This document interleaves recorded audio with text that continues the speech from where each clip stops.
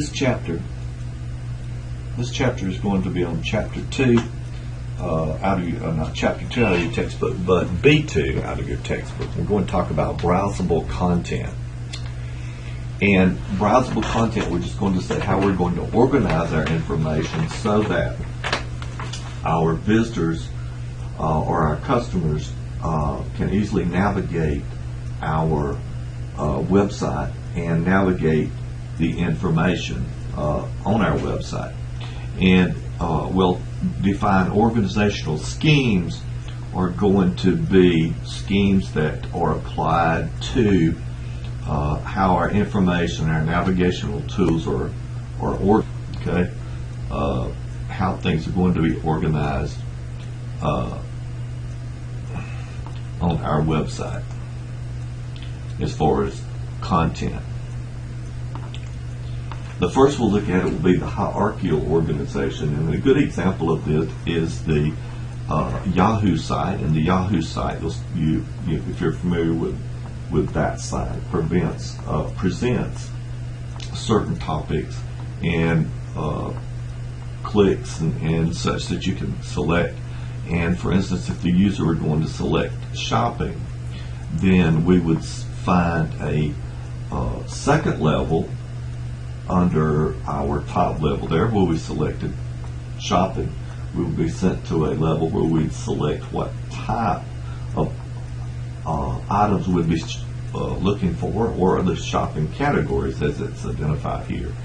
And say we were to select clothing and accessories, then we would move down to another level or another organizational level there where we would select from, say, men, women, boys, girls, or we might have something such as accessories and such.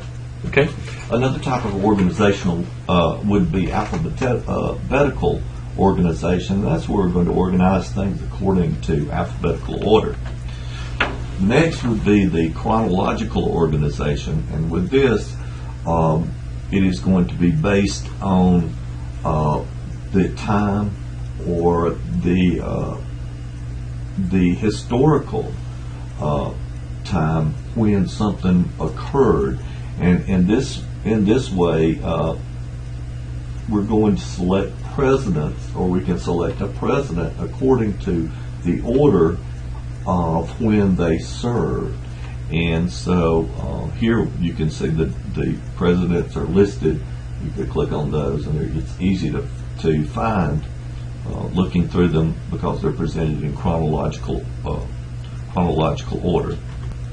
The next would be the task-based organization, and with that, the task-based organization, our organization is determined by the steps that we're going to use to perform a task. In other words, for instance, we were using MapQuest, and to get MapQuest, to get driving directions from one location to another, we know that we'd go to MapQuest and then we'd select the starting location or the starting address, and then identify or enter the destination address, and then we know that task,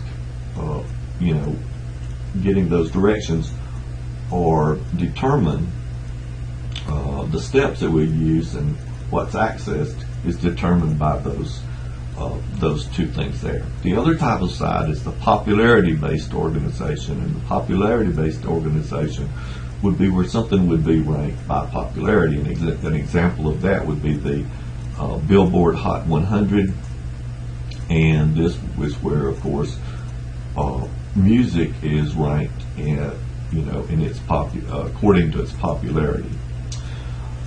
And those are our organizational schemes. Okay, the book goes on to tell us and give us some hints and some information and some suggestions on our websites and how to make it more easy to browse and easier to navigate.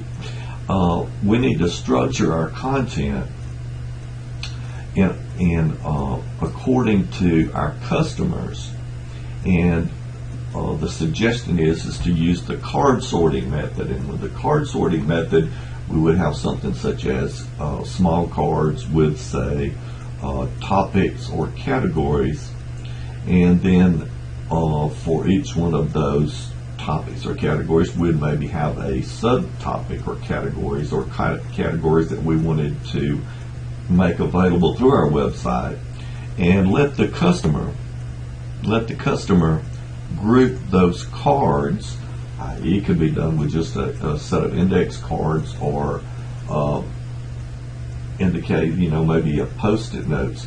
Let the customer sort those out and group those according to how they see it, and let them determine and study once they set up and associate create the topics, or identify the main topics and then the subtopics, and you can use those to kind of to structure.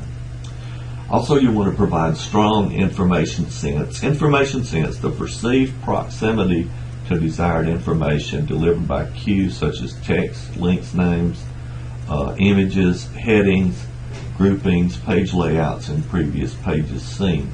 And we see these all the time with, say, our newspaper websites, or with our television stations. And as far as news, we see that there are headings that we click on to get more information, and all of those are information sense. Information sense just kind of hint to us where the information, where do we need to click, or where do we need to look in order to find that information.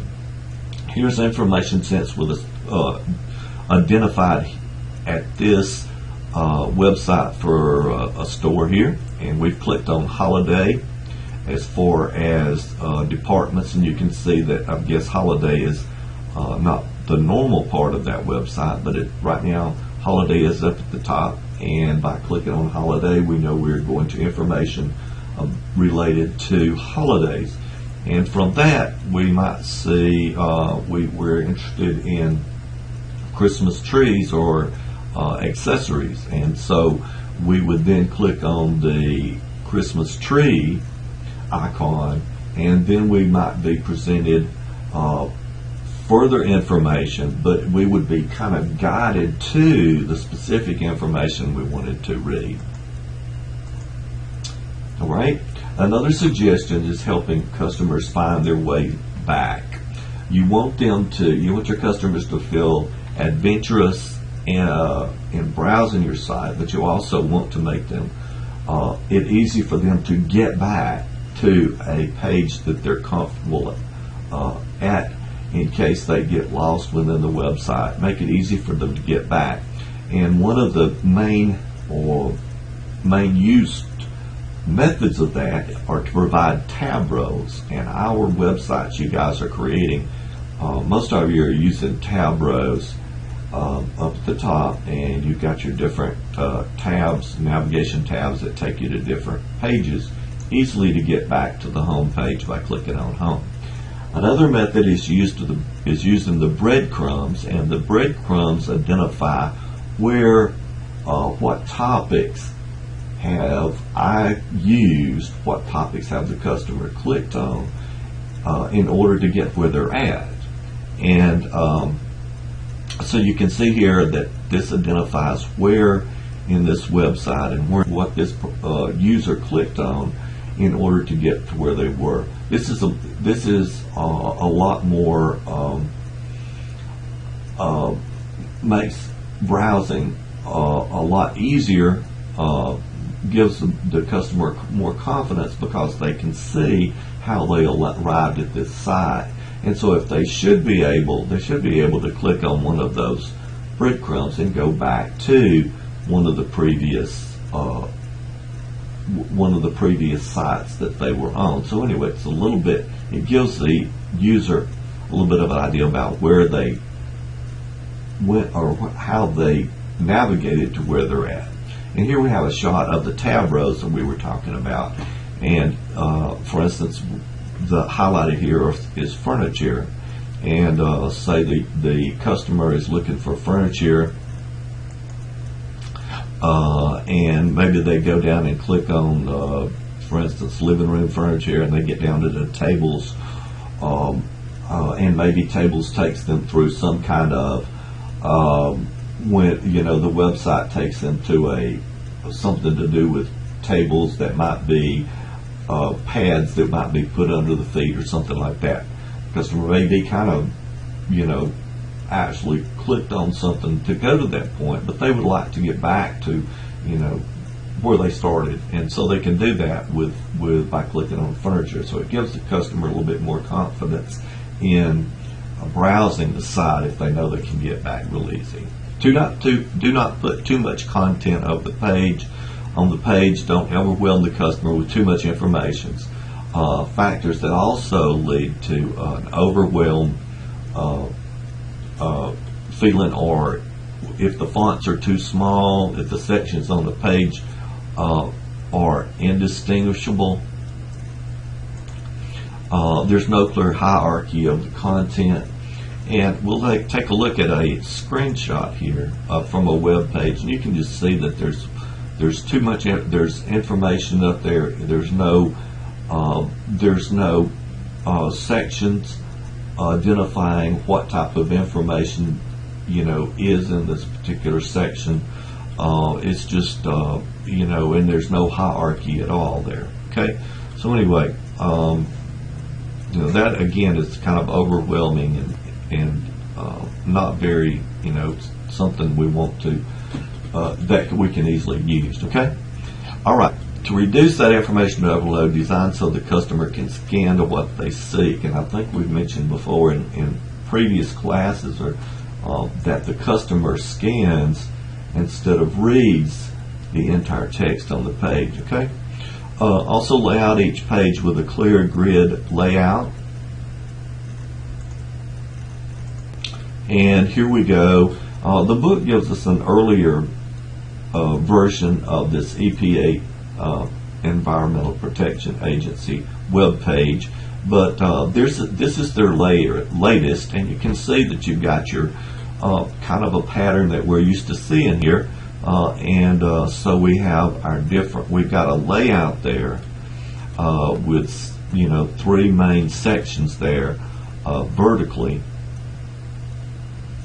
and we can select from those, and you can see it's very, very clearly laid out, and we can look for specific information that we might want to access, such as for instance, such as air cleaners and that type of thing, and then we would just click on air cleaners and go to another page. Okay, a strong visual hierarchy with consistent content areas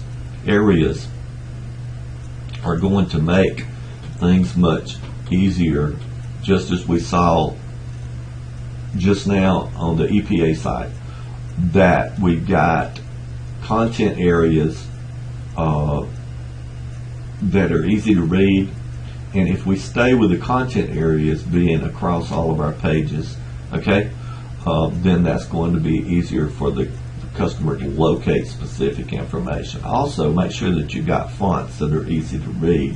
We want to use, a lot of times we want to be creative and work with fonts that might not be the norm, but anyway, that's not our point here. We want our customer to access information.